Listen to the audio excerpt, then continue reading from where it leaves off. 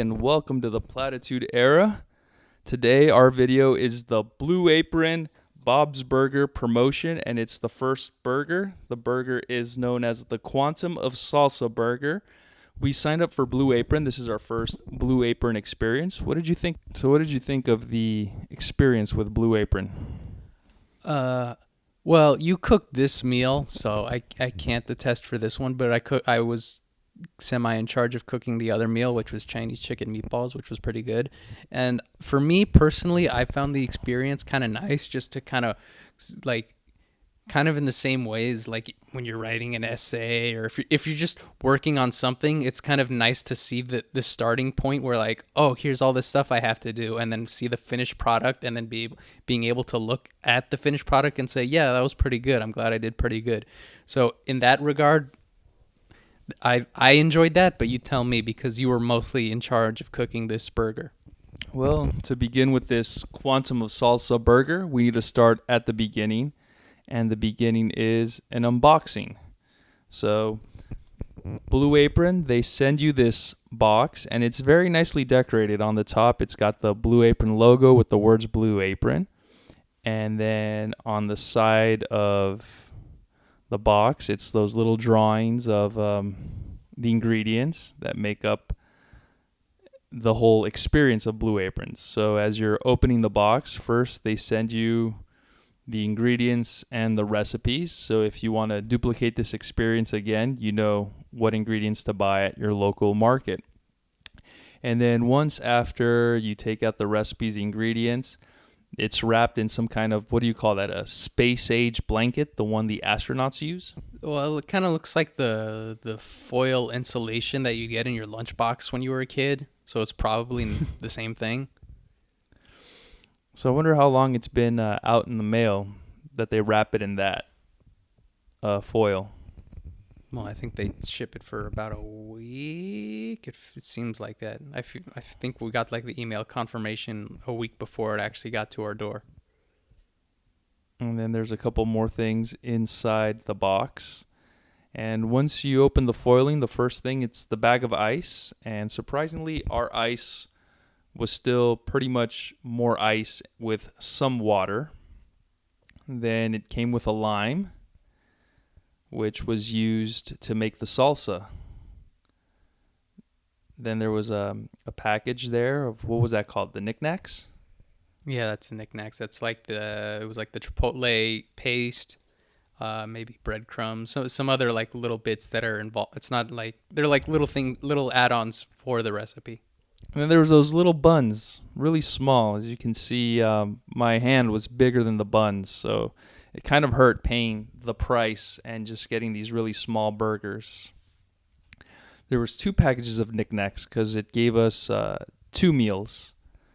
And then that's the bok choy from the Chinese chicken meatballs. That's not part of the Bob's Burger experience. That was for the second meal. That's the corn that was inside the box, and that was used for the salsa. What was the salsa called? I don't remember. Just corn salsa, I guess. It was a pretty simple salsa. It was just corn, some peppers, the lime juice, salt, and pepper. It wasn't like a difficult recipe. Then there was some onions, and that was the onion rings, the fried onion rings. Oh yeah, and the onions was part of the salsa as well. Then there was the vegetables and the egg, which you use the egg to This is like the coating for the onion rings to keep the panko breadcrumbs in place. Mm-hmm. I really like the cartridge for the egg. And then that was that the rice or the breadcrumbs? It seemed a little bit bigger. I think that was the breadcrumbs. And that's it. Once you take out all the ingredients, there's a second bag of ice, which was that's the meat. That's the ground beef for the burger, and then that's the ground chicken for the meatballs, which was very close to the ice. You know, meat's very important to keep it at the right temperature so it doesn't spoil. And the first bag of ice was a little more melted than this one, so I'm assuming that this bottom one, it ensures that the meat stays colder. And then from there, first step was washing the produce so you can chop it. That was a lot of work. And then after preparing the fruits and vegetables, first they ask you to make the salsa. Yeah, that's the easiest step, and just for all the prep work, it seems like the vegetables go first, and then towards the end is when you actually work with the meat. And then you had to dice up the onions so you could prepare the onion rings. Yeah, so the majority of the onion went for the onion ring, and then whatever was left over was chopped up for the salsa.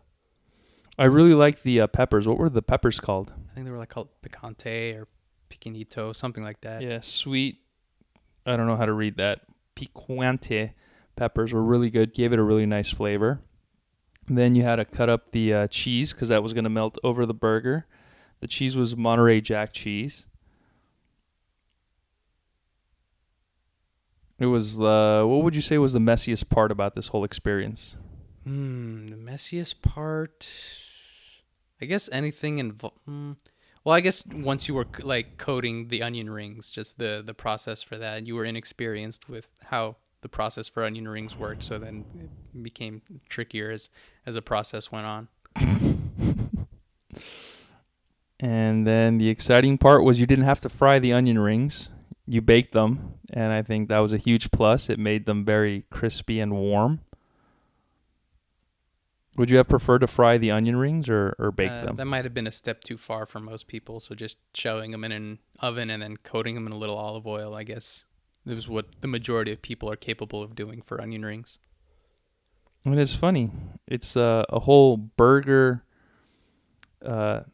meal, and we still haven't gotten to cooking the beef patties. We're still doing the prep. We're still preparing the salsa. So you had to cook the corn, chopped up onions. Of course, salsa needs onions. This is not your usual salsa. Salsa usually has jalapenos and tomatoes. A lot of salt and pepper. Every step of the Blue Apron experience required you to add salt and pepper. What did you think of preparing the ground beef? I didn't prepare the ground beef. You tell me.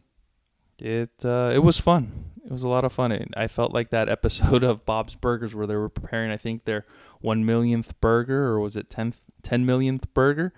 And it was just like really nice to feel the ground beef in between your fingers, and you were molding it and shaping it. Then you put you prepare the patties. You put them in the pan, and you cook them. And then you add the cheese last. The cheese starts to melt. And once it reaches the right temperature, you take them out. Then you put your salsa on top. You put your onion rings. And ready to serve and enjoy. I felt that it was a lot of work. Yeah, cooking is not in your expertise. But it was a lot of work. It was very messy. I would have been a lot happier paying $10 for a sandwich or something. And, the restaurant is responsible for the prep, the cooking, the everything, the washing the dishes, and I'm just responsible for eating. But here, I was responsible for all the prep, for cooking, making sure my food didn't cook or burn. And then after that, having to wash every single dish. Yeah, that's the difference between people like you, the consumers, and people like me, the creators, where we enjoy going through the process and mastering our craft and going through the art of creating just beauty and grace. And all you want to do is just rape and pillage the burger as if it was your own to begin with. That's the difference between you and me. How was the burger? I think it was a little overcooked. Well, probably just because this was a first-time experience especially with you behind the grill. I like my meat a little more rare, so it probably could have benefited from that. And there was also we didn't use there was like some chipotle, like smoked chipotle paste, which kind of makes the burger a little spicy, and we kind of skimped on that part. So if we added a little bit more of the chipotle paste to the burger, it probably would have been a little more flavorful. I agree with you. So if anyone's trying to do this recipe, don't be shy and don't be intimidated by the chipotle. It's not as spicy as canned chipotle. I've seen canned chipotle with the peppers, and that's really hot. This They prepared well where it wasn't too hot, so it was really nice, and the burger would have benefited from a lot more chipotle paste. And anything else? Any final thoughts? I'm giving you the last word. I'd say so. I mean, a more experienced hand would probably do a better job. Well, luckily, there's two more chances because there's two more Bob's Burgers recipes. So we're gonna try this again. Well, later this month in August when the second burger comes out, and then we'll see if we can improve upon whatever mistakes we made this time around. So that sounds like you're giving me permission to take more risks. No, whenever you made a risk, the burger turned into poop. But whenever you follow the instructions and do exactly as the burger was required to be made, then I'm pretty sure it would have benefited from that. Who would you say was the biggest help, the MVP from this cooking experience? I'm gonna say the electric stovetop. I'm going to say that it was Alexa. We set those timers, and because of her, none of the food burnt. Thank you very much, everybody, for watching our YouTube video or our podcast on the Anchor app. And signing off.